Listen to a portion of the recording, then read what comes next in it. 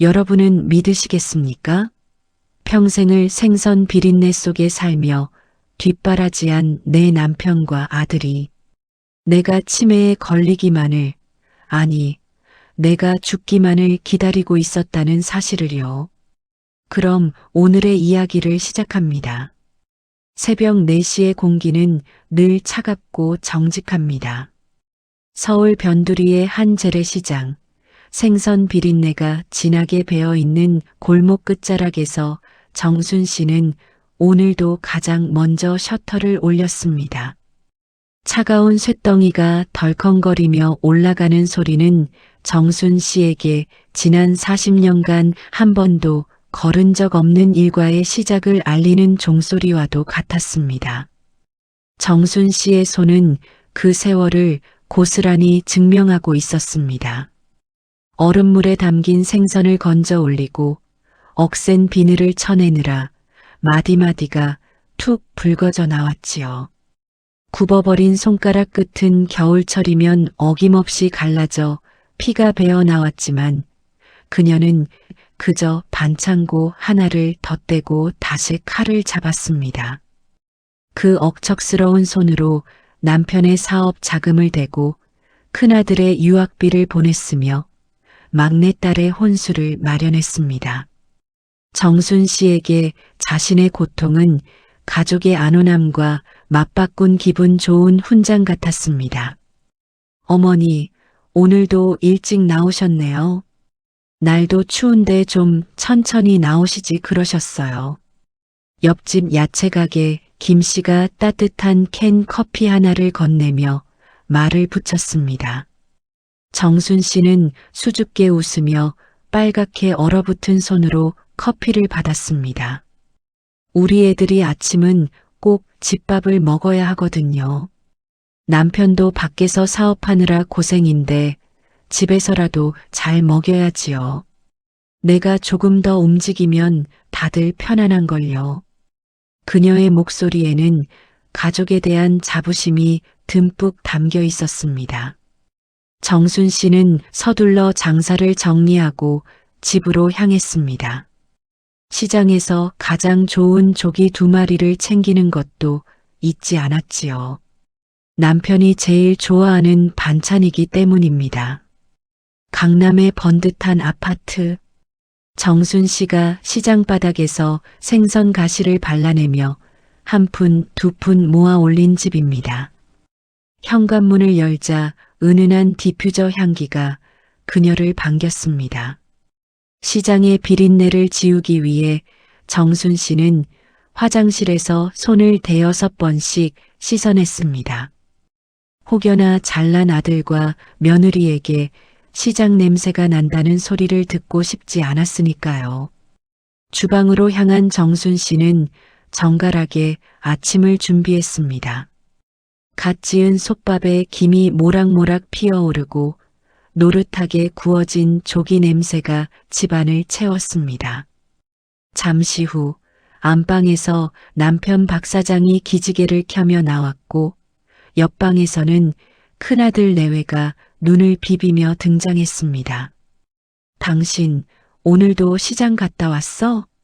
내가 이제 장사 좀 그만하라고 했잖아. 남들 보기 창피하게 정말. 남편 박 사장은 고마움보다는 타박을 먼저 내놓았습니다. 정순 씨는 그저 묵묵히 밥을 펐습니다. 그래도 우리 집 상가 건물 관리비라도 보태려면 내가 조금 더 벌어야지요. 당신 사업도 요새 힘들다면서요. 아들, 며느리야, 어서 앉아라. 생선살 다 발라놨으니 많이들 먹어라. 식탁에 둘러앉은 가족들은 정순 씨가 차린 음식을 당연한 듯 받아 먹었습니다. 며느리는 젓가락질 몇 번에 어머니, 간이 좀 센 것 같아요라며 눈치를 주었지만 정순 씨는 그저 다음부턴 싱겁게 하마라며 고개를 끄덕였지요. 그녀는 식구가 밥 먹는 모습만 봐도 배가 불렀습니다. 자신이 평생 바쳐온 인생이 이 식탁 위에 고스란히 평화로 남아있다고 믿었습니다. 식사를 마친 가족들이 각자의 일터로 약속 장소로 떠난 시간. 고요해진 집안에서 정순 씨는 남은 설거지를 시작했습니다. 거실 소파 밑을 청소기로 밀던 그때 청소기 흡입구에 무언가 걸려 덜덜거리는 소리가 났습니다. 이게 뭐지? 허리를 굽혀 소파 깊숙한 곳을 살피던 정순 씨의 손에 낯선 물건 하나가 잡혔습니다. 그것은 남편이 쓰는 것과는 다른 아주 얇고 세련된 디자인의 스마트폰이었습니다.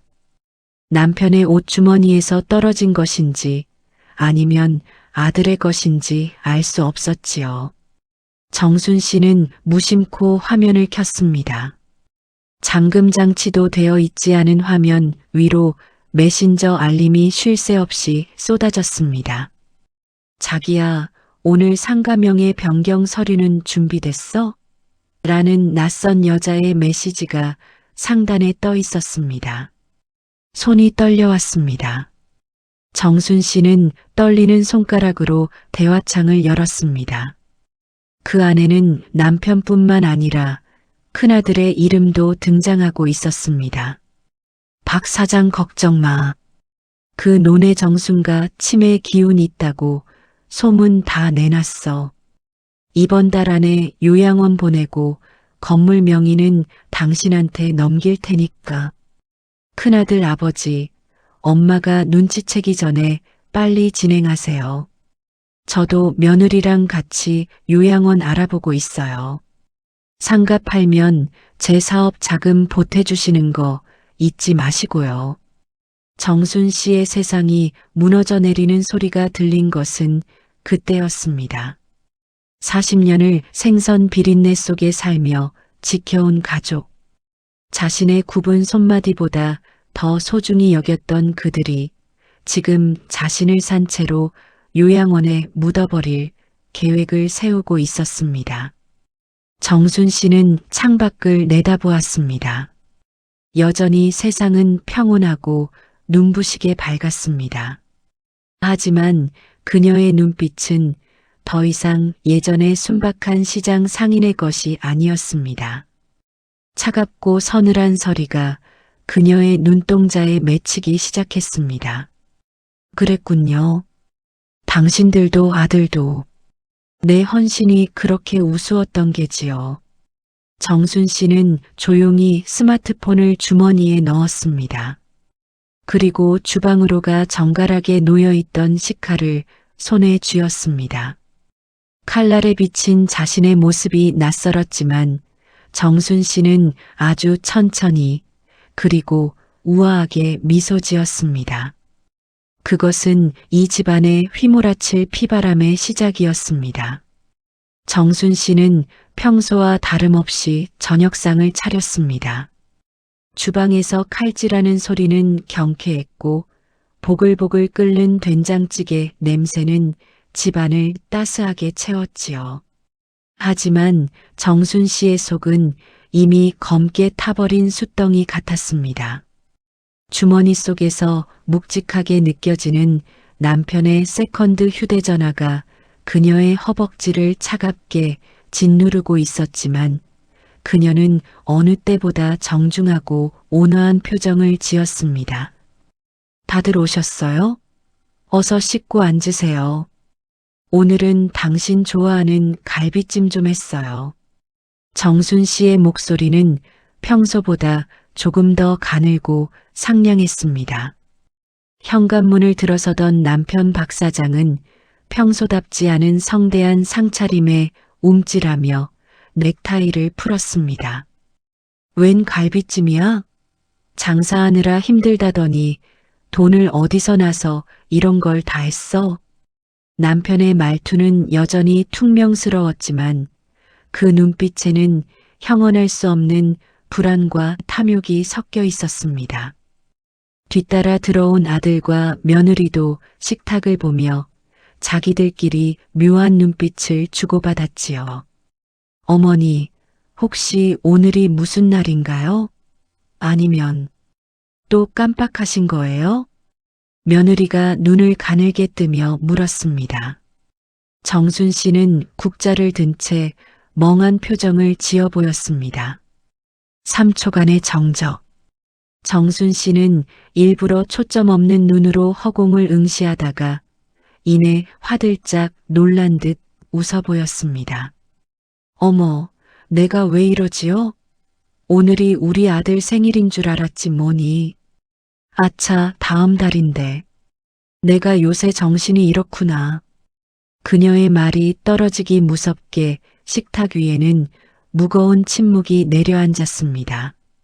하지만 그 침묵 속에서 정순 씨는 보았습니다.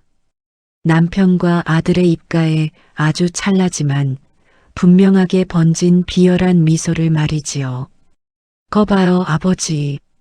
제가 말씀드렸잖아요. 어머니 상태가 심상치 않다니까요. 아들이 남편의 귀에 대고 속삭였지만 정순 씨는 다 들리고 있었습니다. 정순 씨는 모르는 척 갈비 한 점을 남편의 앞접시에 놓아주었습니다. 많이 들어요, 당신. 당신 사업 잘 돼서 이 상가 건물 우리 아들한테 온전히 물려주려면 당신이 건강해야지요. 남편은 고기를 씹으며 헛기침을 했습니다. 에헴, 안 그래도 말이야. 당신 요새 건망증도 심하고 한데 상가 관리하는 게 보통 일이 아니잖아. 법무사 하는 친구가 그러는데 미리 명의를 정리해 두는 게 세금도 아끼고 당신 머리 아픈 일 안 만드는 길이라더군. 서류 준비해 올 테니까 도장만 찍어. 박 사장의 목소리는 자상한 척했지만 그 안에는 굶주린 늑대의 이빨이 감춰져 있었습니다. 아들도 거들었지요. 맞아요, 엄마. 저희가 엄마 편하게 쉬게 해드리려고 좋은 곳도 알아보고 있어요. 공기 좋고 의사 선생님도 늘 상주하는 그런 호텔 같은 곳 말이에요. 호텔 같은 곳. 정순 씨는 그 단어가 요양원을 포장한 역겨운 수식어라는 것을 잘 알았습니다. 그녀는 밥알을 씹으며 속으로 피눈물을 삼켰습니다. 평생 시장 바닥에서 번 돈으로 세워준 건물이고 그 건물의 월세로 지금까지 호의호식해 온 자식들이었습니다. 그런데 이제 와서 그 건물을 가로채고 자신을 치매 노인으로 몰아 방 한 칸 없는 요양원으로 치워버리려 하다니요. 그래요. 내가 짐이 되면 안 되지요. 당신들이 하라는 대로 할게요. 정순 씨는 체한 듯 가슴을 두드리며 방으로 들어왔습니다. 문을 잠그자마자 그녀의 눈에서 서늘한 광기가 빛났습니다. 그녀는 주머니에서 휴대전화를 꺼내 녹음 버튼을 눌렀습니다. 그리고 거실에서 들려오는 가해자들의 화기애애한 대화를 담기 시작했습니다. 아버지, 됐어요. 엄마가 도장 찍겠대요. 건물 넘겨받으면 바로 매각 절차 밟으시죠? 제 사업 자금 급합니다. 이 사람아, 상간녀 그 여자한테도 명목상 한 층은 줘야 해. 안 그러면 입을 안 다물 테니까. 그나저나 저 할망구 요양원 보내기 전에 약이라도 좀 먹여서 정신 더 혼미하게 만들어야 하는 거 아냐? 남편의 입에서 나온 약이라는 단어에 정순 씨는 주먹을 꽉 쥐었습니다. 손톱이 손바닥을 파고들어 피가 맺혔지만 통증조차 느껴지지 않았습니다. 다음 날 아침 정순 씨는 시장으로 향하는 대신 익숙한 번호로 전화를 걸었습니다. 친정 조카이자 그녀가 몰래 공부를 시켜 변호사로 만든 진우였습니다. 진우야, 고모다. 내가 예전에 말한 그 신탁이라는 거. 그리고 증여 무효 소송 말이다. 지금 당장 시작해야겠다. 정순 씨는 시장 골목 입구에 서서 자신이 40년 동안 지켜온 터전을 바라보았습니다. 이제 그녀는 더 이상 생선을 다듬던 연약한 여자가 아니었습니다. 자신을 사지로 몰아넣으려는 가족들이라는 이름의 괴물들을 사냥하기 위해 더 지독한 덫을 놓기로 결심한 사냥꾼이었습니다. 정순 씨는 인감 도장이 들어있는 가방을 품에 꼭 안았습니다. 가해자들이 놓은 덫인 줄 알면서도 그녀는 우아하게 그 속으로 걸어 들어가기로 했습니다. 그 덫 끝에 무엇이 기다리고 있을지 그들은 꿈에도 모른 채 말이지요. 안개 낀 새벽 정순 씨는 거실 테이블 위에 놓인 두툼한 서류 뭉치를 내려다보았습니다. 남편 박 사장이 가져온 상가 증여 및 명예 이전 합의서였습니다. 그 옆에는 아들이 몰래 준비한 요양시설 입소 동의서가 비죽이 고개를 내밀고 있었지요. 당신 도장 여기 찍으면 돼. 이제 힘든 일 다 내려놓고 편히 쉬기만 하면 된다니까. 박 사장의 목소리는 어느 때보다 다정했지만 서류를 가리키는 손끝은 탐욕으로 파르르 떨리고 있었습니다. 정순 씨는 짐짓 멍한 눈으로 남편을 바라보다가 떨리는 손으로 인감도장을 집어들었습니다. 내가 정말 이거 찍으면 우리 가족 다 행복해지는 거지요? 그럼요, 어머니. 제가 어머니 노후는 확실히 책임질게요. 아들의 호언장담에 정순 씨는 쾅 소리가 나게 도장을 찍었습니다. 가해자들은 서로 승리의 눈빛을 교환했습니다. 그날 오후 박 사장과 아들은 기다렸다는 듯 정순 씨를 차에 태웠습니다. 그들이 도착한 곳은 산속 깊은 곳에 자리한 창살 없는 감옥과 다름없는 요양원이었습니다. 엄마, 여기 잠깐만 계세요. 검사만 받고 금방 모시러 올게요. 아들은 뒤도 돌아보지 않고 차를 몰아 떠났습니다. 차가운 병실에 홀로 남겨진 정순 씨. 하지만 그녀는 울지 않았습니다. 오히려 정갈하게 옷무새를 가다듬고 주머니에서 녹음기와 작은 USB를 꺼냈습니다. 이제 시작이군요. 그녀의 목소리는 서늘한 칼날 같았습니다. 정순 씨는 요양원에 미리 잠입시켜둔 진우의 보좌관을 만나 서류 한 뭉치를 건넸습니다. 그것은 박 사장이 지난 10년간 저질러온 탈세 자료와 아들이 엄마의 돈을 빼돌려 도박으로 탕진한 내역이 담긴 통장 사본이었습니다.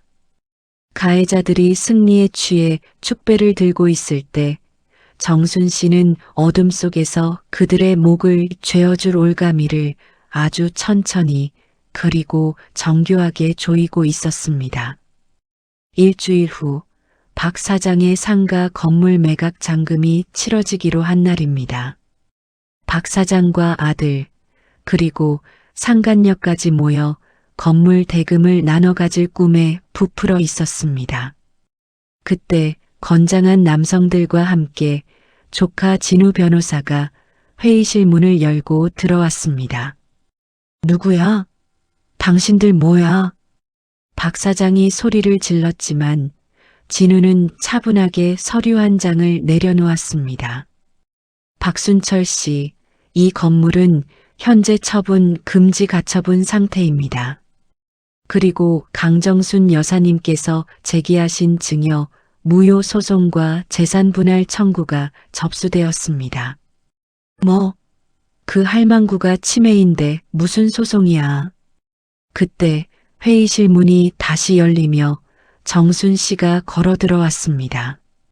환자복이 아닌 가장 우아하고 비싼 정장을 차려입은 모습이었지요. 그녀의 눈빛에는 치매의 기운이라곤 찾아볼 수 없는 서늘한 지성이 감돌았습니다. 당신들이 내준 그 약 먹는 척하며 다 뱉어냈지요. 덕분에 정신이 아주 맑습니다.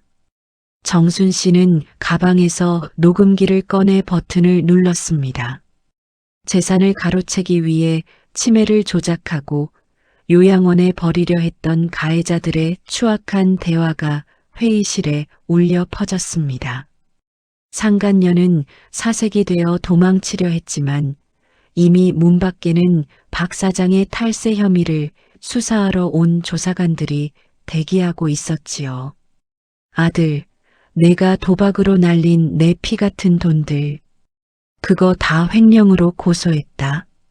내 처가 식구들도 내가 무슨 짓을 했는지 다 알게 될 게다. 정순 씨는 바들바들 떠는 아들의 얼굴을 차갑게 내려다보았습니다. 사색이 된 가족들 앞에서 정순 씨는 생전 처음으로 소리내어 웃었습니다. 하지만 그 웃음소리는 슬픔이 아닌 승자의 서늘한 냉소였습니다. 한 달 뒤 시장 골목은 다시 활기를 띠었습니다. 하지만 박 사장과 그의 아들은 보이지 않았습니다. 박 사장은 거액의 탈세와 재산 은닉 혐의로 구속되었고 아들은 횡령죄로 재판을 받으며 이혼 가정을 꾸리게 되었지요. 그들이 탐내던 상가 건물은 법원의 판결에 의해 온전히 정순 씨의 명의로 돌아왔습니다. 정순 씨는 다시 시장 골목의 작은 의자에 앉았습니다. 여전히 손마디는 굵고 거칠었지만 이제 그녀의 어깨를 짓누르는 짐은 없었습니다. 그녀는 자신을 배신한 가족들에게 단 한 푼의 합의금도 주지 않았고 그들이 감옥에서 보낸 구걸 섞인 편지들은 읽지도 않고 난로에 던져 넣었습니다. 어머니, 이제 좀 쉬시지 왜 또 시장에 나오셨어요? 옆집 김 씨가 묻자 정순 씨는 인자하게 웃으며 대답했습니다. 내 손으로 번 돈이 가장 정직하고 귀한 법이지요. 이제야 진짜 내 인생을 사는 기분이 듭니다. 정순 씨는 가방에서 작은 봉투 하나를 꺼냈습니다. 시장의 어려운 이웃들과 홀몸 노인들을 위해 마련한 기부금이었습니다. 자신을 버리려 했던 자식들과 달리 그녀는 진정으로 베푸는 삶이 무엇인지 보여주고 싶었지요. 석양이 시장 골목을 붉게 물들였습니다. 정순 씨는 굽은 허리를 펴고 당당하게 골목을 걸어 나갔습니다. 뒤를 돌아보지 않는 그녀의 뒷모습은 그 어떤 보석보다 빛났습니다. 쓰레기 같던 인연들을 깨끗이 치워버린 삶 위에 비로소 진정한 평화와 희망이 싹트고 있었습니다. 참으로 날씨가 좋군요. 정순 씨의 정중한 독백을 끝으로 그녀의 우아한 복수극은 완벽한 마침표를 찍었습니다. 오늘도 들어주셔서 감사합니다. 구독과 좋아요는 큰 힘이 됩니다.